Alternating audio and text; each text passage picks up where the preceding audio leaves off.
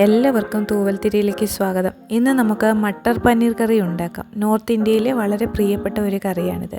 ഇതിനായി ഒരു പാൻ ചൂടാക്കി അതിലേക്ക് 2 ടേബിൾ സ്പൂൺ കുക്കിംഗ് ഓയിൽ ചേർത്ത് കൊടുക്കാം.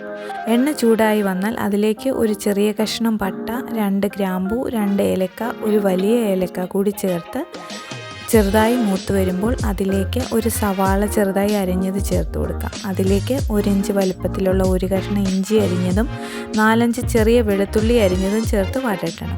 അതിലേക്ക് 2 വലിയ തക്കാളി അരിഞ്ഞത് കൂടി ചേർത്ത് വഴറ്റിയെടുക്കാം.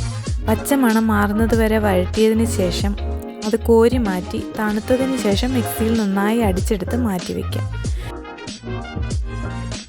ഇനിയും ഒരു പാനിലേക്ക് 1 ടേബിൾ സ്പൂൺ എണ്ണ ചൂടാക്കി അതിലേക്ക് 1/2 ടീസ്പൂൺ ജീരകവും 1/2 ടീസ്പൂൺ കസൂരി മേത്തിയും 1/2 മുറി സവാള ചെറുതായി അരിഞ്ഞതും ചേർത്ത് നന്നായി ഇളക്കണം.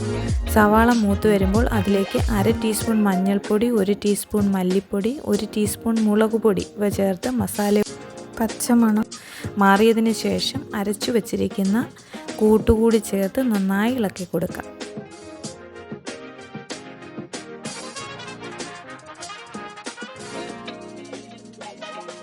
മസാല നന്നായി വഴറ്റി എണ്ണ തെളിഞ്ഞു വരുമ്പോൾ അതിലേക്ക് 1 കപ്പ് പച്ച മട്ടർ, ഞാൻ ഉപയോഗിച്ചിരിക്കുന്നത് ഫ്രോസൺ മട്ടറാണ്. ഹാർഡ് മട്ടർ ആണെങ്കിൽ പകുതി വേവിച്ചതിന് ശേഷം ചേർത്ത് കൊടുക്കാം. അതുകൂടി മിക്സ് ചെയ്തതിന് ശേഷം 1 കപ്പ് ചൂടുവെള്ളം ചേർത്ത് ഇളക്കി കൊടുക്കാം. അതിലേക്ക് ആവശ്യത്തിന് ഉപ്പും ചേർത്ത് ഇളക്കി 5 മിനിറ്റ് അടച്ചു വെച്ച് വേവിച്ചെടുക്കാം. അതിലേക്ക് 250 ഗ്രാം പനീർ കഷ്ണങ്ങളാക്കിയത് ചേർത്ത് കൊടുക്കാം. എല്ലാം കൂടി മിക്സ് ചെയ്ത് 1 മിനിറ്റ് അടച്ചു വെച്ച് വേവിക്കാം. അതിലേക്ക് 1 ടീസ്പൂൺ ഗരം മസാലയും കുറച്ച് മല്ലിയിലയും ചേർത്ത് കൊടുത്ത് തീ ഓഫ് ചെയ്യാം. ഇനിയും ഒരു ചെറിയ പാനിലേക്ക് ബട്ടറോ 1 ടീസ്പൂൺ നെയ്യോ ചേർത്ത് ചൂടാക്കി അതിലേക്ക് 1/4 ടീസ്പൂൺ ജീരകവും 2 പച്ചമുളക് ചെറുതായി അരിഞ്ഞതും ഇട്ട് മൂപ്പിച്ചതിന് ശേഷം 1/4 ടീസ്പൂൺ മുളക് പൊടി കൂടി ചേർത്ത് തയ്യാറാക്കി വെച്ചിരിക്കുന്ന കറിയിലേക്ക് ചേർത്ത് കൊടുക്കാവുന്നതാണ്. ഇനിയും ഇത് സെർവിങ് ഡിഷിലേക്ക് മാറ്റി കൊടുക്കാം.